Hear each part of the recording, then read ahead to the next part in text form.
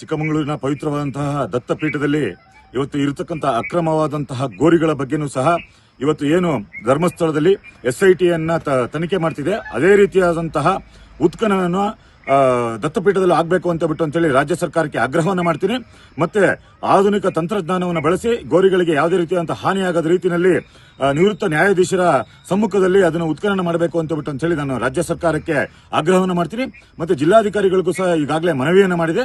ಮತ್ತೆ ಯಾವ ದತ್ತಾತ್ರೇಯರು ತಪಸ್ಸು ಮಾಡಿರತಕ್ಕಂತಹ ಏನು ದತ್ತಪೀಠದಲ್ಲಿ ಔದುಂಬರ ವೃಕ್ಷ ಇದೆ, ಔದುಂಬರ ವೃಕ್ಷದ ಕೆಳಗಡೆ 10-20 ಅಡಿಯ ಮಧ್ಯದಲ್ಲಿ 27 ಗೋರಿಗಳನ್ನು ನಿರ್ಮಾಣ ಮಾಡಿರತಕ್ಕಂಥದ್ದು ಹಲವು ಅನುಮಾನಗಳಿಗೆ ಹುಟ್ಟುತ್ತದೆ.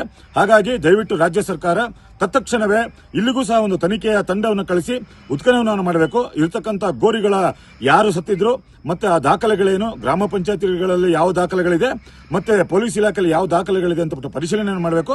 ತತ್ಕ್ಷಣವೇ ಉತ್ಖನನ ಮಾಡಬೇಕು ದತ್ತಪೀಠದಲ್ಲೂ ಸಹ ಅಂತ ಆಗ್ರಹವನ್ನು ಮಾಡ್ತೀನಿ.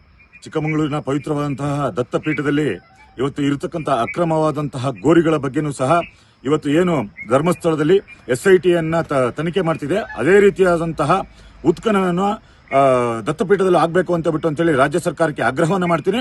ಮತ್ತೆ ಆಧುನಿಕ ತಂತ್ರಜ್ಞಾನವನ್ನು ಬಳಸಿ ಗೋರಿಗಳಿಗೆ ಯಾವುದೇ ರೀತಿಯಾದಂತಹ ಹಾನಿಯಾಗದ ರೀತಿಯಲ್ಲಿ ನಿವೃತ್ತ ನ್ಯಾಯಾಧೀಶರ ಸಮ್ಮುಖದಲ್ಲಿ ಅದನ್ನು ಉತ್ಖನನ ಮಾಡಬೇಕು ಅಂತ ಹೇಳಿ ನಾನು ರಾಜ್ಯ ಸರ್ಕಾರಕ್ಕೆ ಆಗ್ರಹವನ್ನು ಮಾಡ್ತೀನಿ. ಮತ್ತೆ ಜಿಲ್ಲಾಧಿಕಾರಿಗಳಿಗೂ ಸಹ ಈಗಾಗಲೇ ಮನವಿಯನ್ನು ಮಾಡಿದೆ. ಮತ್ತೆ ಯಾವ ದತ್ತಾತ್ರೇಯರು ತಪಸ್ಸು ಮಾಡಿರತಕ್ಕಂತಹ ಏನು ದತ್ತಪೀಠದಲ್ಲಿ ಔದುಂಬರ ವೃಕ್ಷ ಇದೆ, ಔದುಂಬರ ವೃಕ್ಷದ ಕೆಳಗಡೆ 10-20 ಅಡಿಯ ಮಧ್ಯದಲ್ಲಿ 27 ಗೋರಿಗಳನ್ನು ನಿರ್ಮಾಣ ಮಾಡಿರತಕ್ಕಂಥದ್ದು ಹಲವು ಅನುಮಾನಗಳಿಗೆ ಹುಟ್ಟುತ್ತದೆ. ಹಾಗಾಗಿ ದಯವಿಟ್ಟು ರಾಜ್ಯ ಸರ್ಕಾರ ತತ್ಕ್ಷಣವೇ ಇಲ್ಲಿಗೂ ಸಹ ಒಂದು ತನಿಖೆಯ ತಂಡವನ್ನು ಕಳಿಸಿ ಉತ್ಖನನವನ್ನು ಮಾಡಬೇಕು. ಇರತಕ್ಕಂಥ ಗೋರಿಗಳ ಯಾರು ಸತ್ತಿದ್ರು ಮತ್ತೆ ಆ ದಾಖಲೆಗಳೇನು, ಗ್ರಾಮ ಪಂಚಾಯತಿಗಳಲ್ಲಿ ಯಾವ ದಾಖಲೆಗಳಿದೆ, ಮತ್ತೆ ಪೊಲೀಸ್ ಇಲಾಖೆಯಲ್ಲಿ ಯಾವ ದಾಖಲೆಗಳಿದೆ ಅಂತ ಪರಿಶೀಲನೆ ಮಾಡಬೇಕು. ತತ್ಕ್ಷಣವೇ ಉತ್ಖನನ ಮಾಡಬೇಕು ದತ್ತಪೀಠದಲ್ಲೂ ಸಹ ಅಂತ ಆಗ್ರಹವನ್ನು ಮಾಡ್ತೀನಿ.